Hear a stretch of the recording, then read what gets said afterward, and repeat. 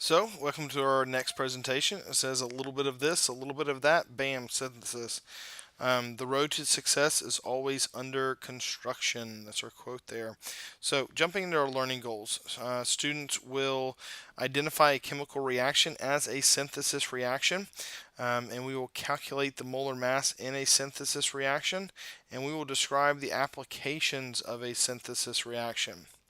Now, what we already know coming into this, chemical reactions change the reactants, resulting in different products, and energy can change in a chemical reaction. Now, mass is conserved in a chemical reaction, so the law of conservation of mass says that mass can't be either created or destroyed. Products always equal reactants.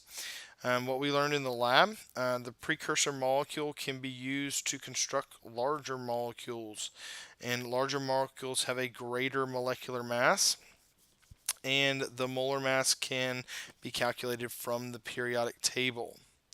So the mole, let's talk a little bit about the mole. The mole is a unit of expressing large numbers in chemistry, like 1 dozen means 12. Well, in chemistry, we say 1 mole is 6.022 times 10 to the 23rd.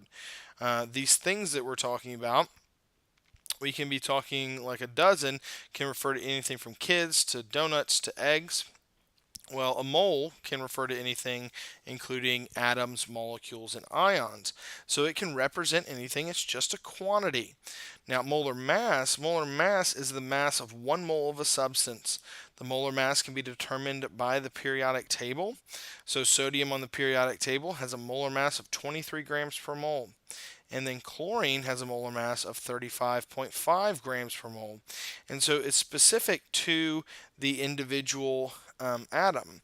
And so, or the individual element, which has a specific number of atoms per mole. So, molar mass, we can look at this for compounds as well. So, sodium reacts with chlorine to form sodium chloride. The molar mass of sodium chloride can be calculated as 1 sodium plus 1 chlorine is the mass of sodium chloride. And so we see their masses added up, and that's the mass of sodium chloride.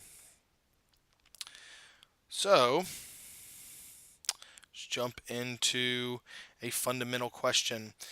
Here it says a student measures out 1 mole of copper and 1 mole of iron. Which sample would contain more atoms? Well, since they both equal 1 mole, they will have the same number of atoms, which the number is 6.022 times 10 to the 23rd atoms. Next question, it says how many atoms of magnesium are in 1 mole of magnesium? So it's the same question here. We know that 1 mole is 6.022 times 10 to the 23rd atoms. And it says, what is the molar mass of iron 2 oxide? So we have 1 iron and we have 1 oxygen. So when we look in the periodic table, iron is 55.85, oxygen is 16. So we add those up, and what we will get is 71.85 grams per mole. And then our mastery level question. It says a student measures out 140 grams of copper 1 oxide. And it says how many moles of copper 1 oxide are present in the sample. So when we're looking at this, the one thing we need to think of is we know that 1 mole equals the molar mass. And so we can use that as a conversion factor. And what we'll do is we'll set it up where we have 140 grams of C2, or sorry, Cu2O. When we set it up, if we use it a conversion factor, well, if I know how many grams are in 1 mole, then I can essentially divide by the molar mass and get how many moles. So what we get here is we get that we have 2 coppers, 1 oxygen, and we add both of those up from the periodic table, and it gets a molar mass of right around 143.09. And that's how many grams are in 1 mole. And what we do is just multiply the top. So 140 times 1 is 140 divided by everything on the bottom, which is 143.09. And what we get is we get our number of moles of right around 0.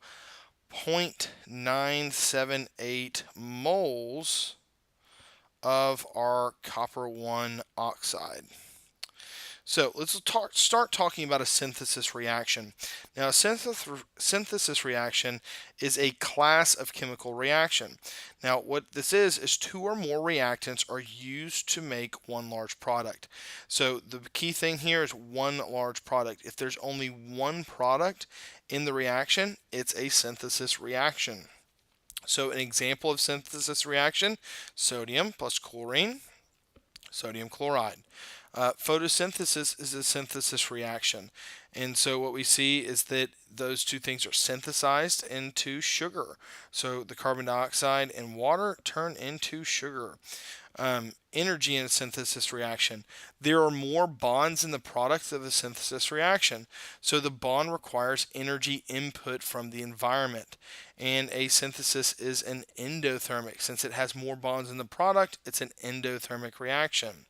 Now, since some synthesis application, the production of new materials and new medication has been one of the biggest technological developments, and new materials are synthesized from various precursors. And so we're synthesizing things all the time. So looking at a developing level question, it says iron will react with oxygen to form iron oxide. Write out the synthesis reaction. So we have iron, which is Fe, plus oxygen, which is O2. Remember our diatomics. And what we get is we get iron oxide.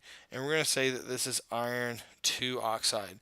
So iron, Fe, plus 2, oxygen, minus 2.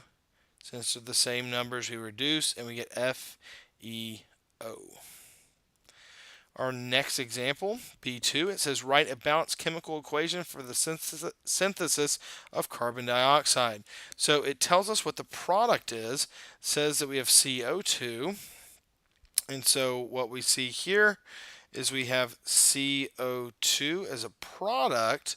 Well, what made that up? Well, carbon made it up plus oxygen. And oxygen's a diatomic. And so this would be our synthesis of CO2.